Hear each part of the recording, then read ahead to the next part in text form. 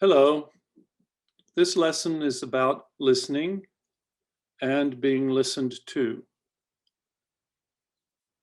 So most people listen by thinking about what they're going to say in response to what they're interpreting the person who's speaking is saying.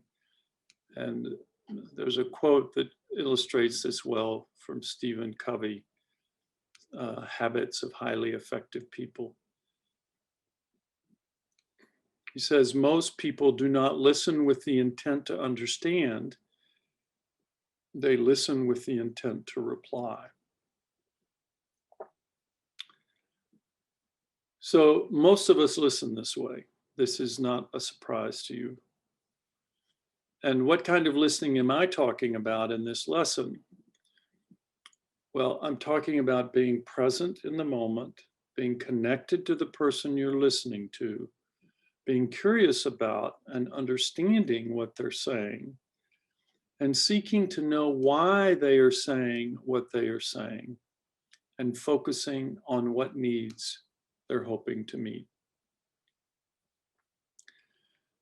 So by demonstrating understanding, you give a sense of being fully heard,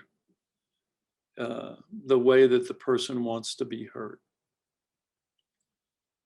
And how can I go about demonstrate this kind of understanding? Well, I can tell the other person what you heard them say. You can guess the needs they're seeking to meet by what they're saying, and you can make sounds that you're familiar with about yes and and right and so on. And you can pay attention, physical engagement, that your eyes are not wandering around to other people. These are all things you know. And you can ask clarification as a way of, one, meeting your need for understanding, but also contributing to the other person's sense of need for empathy being met. So many people call this kind of listening empathizing. And the key thing about that's new from the things that you may have heard elsewhere in this training is this idea of needs. Now, how does this process of listening help the person you're speaking to? Well, it helps them regain connection with themselves and with those around them. It helps them gain a greater understanding of what their needs are in a particular situation.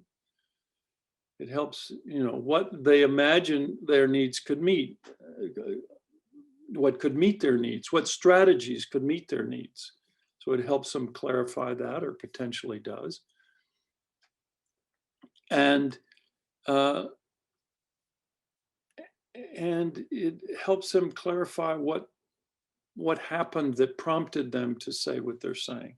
So often people are distressed and they begin talking and they're not really clear what it is about whatever the situation is that they are interpreting and they're pulling out, and maybe the unconscious part of themselves are interpreting.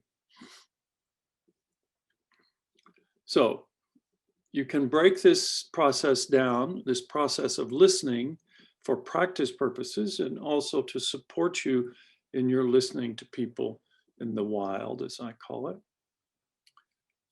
And these four components, four elements of empathy, as I refer to them, are presence, silent empathy, understanding, and needs. And presence is about fully focusing attention on the speaker. It's like you're other focused. You're not identifying with what you're thinking and what's coming up as much as possible. Your mind is quiescent, and you're just, as my colleague John Kenyon used to say, you just lay your consciousness lightly on the other person and you listen to them. And you refrain from this internal dialogue, as I said. And you do that to get oriented in this practice. You do it for a minute, but you're in the wild, you're in a situation. You use this as a time to settle and to become present. to do self-connection perhaps, and just to be able to be with whatever the other person is saying. And don't worry so much about not understanding every word of what they're saying, because if one thing is true that I've discovered in this work is that a person will tell you over and over again, as long as you express curiosity and interest, they will try to get through to you until you get it. So then you shift to silent empathy. Your attention, your consciousness is still lightly on the other person, but you're making a guess. You're going through these 4 components of observation, feeling, need, request, and not necessarily in that order, but you're looking for what is going on. How do I orient here, and how do I understand this person in this kind of deep, meaningful way? How do I understand them?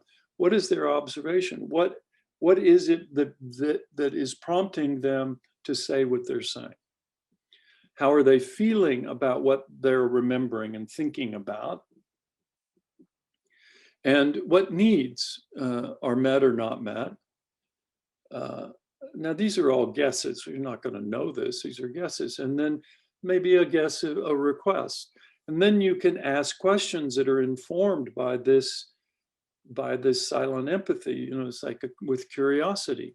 Like, are you looking for some way to really get through, and for the people in your workplace to value and get what you're offering? So that would be, you're looking for the request. You're kind of, you're tenderly, curiously going to find out. You're not telling the person what they're experiencing. You're not telling them what they're feeling or what they're needing, but it's this curiosity.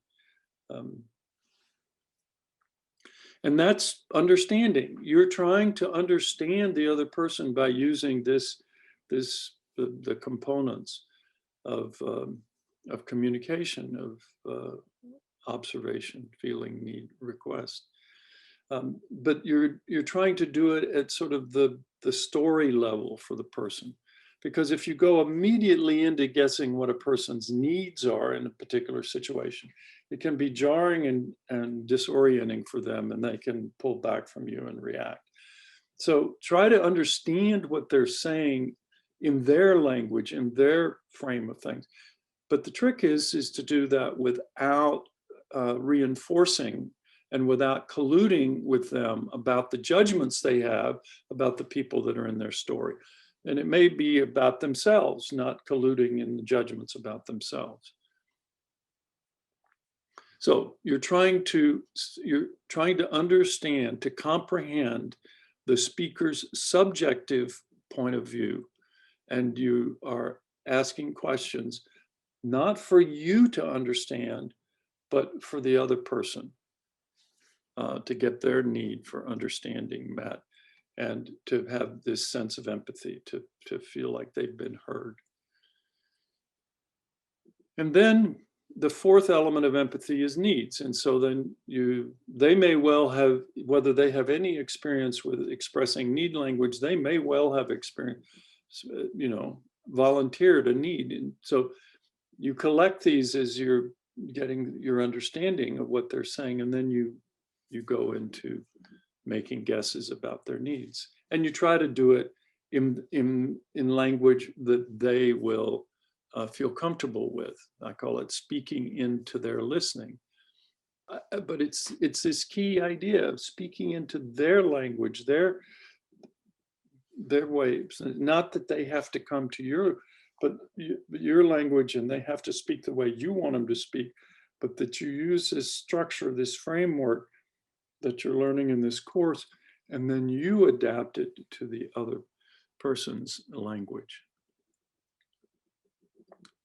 So you might say something, are you frustrated because you're not being heard at team meetings like you'd like? So that you're digging there for a need like to be heard. And they can say, oh, no, it's not that. It's like what they hear me, but they don't really seem to get it. They don't seem to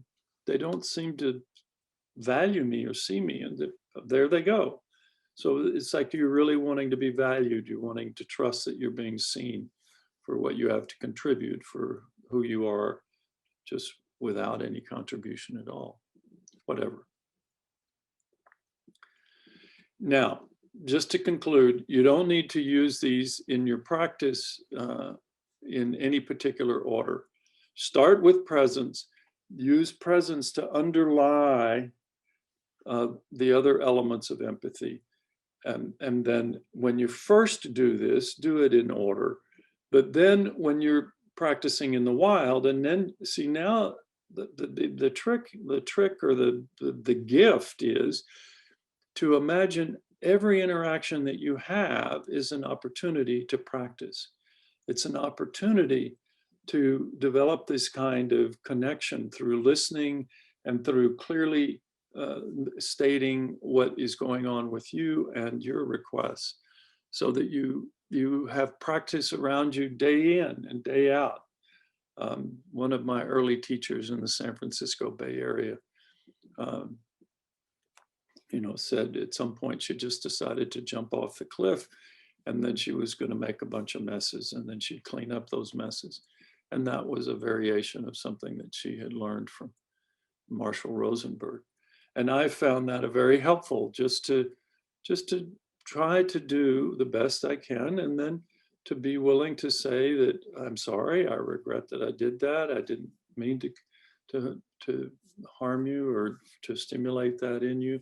Is there some way that we can put this back together? What would it take for me to make amends to you? So that concludes our lesson on listening and being listened to. Thank you for your time and attention.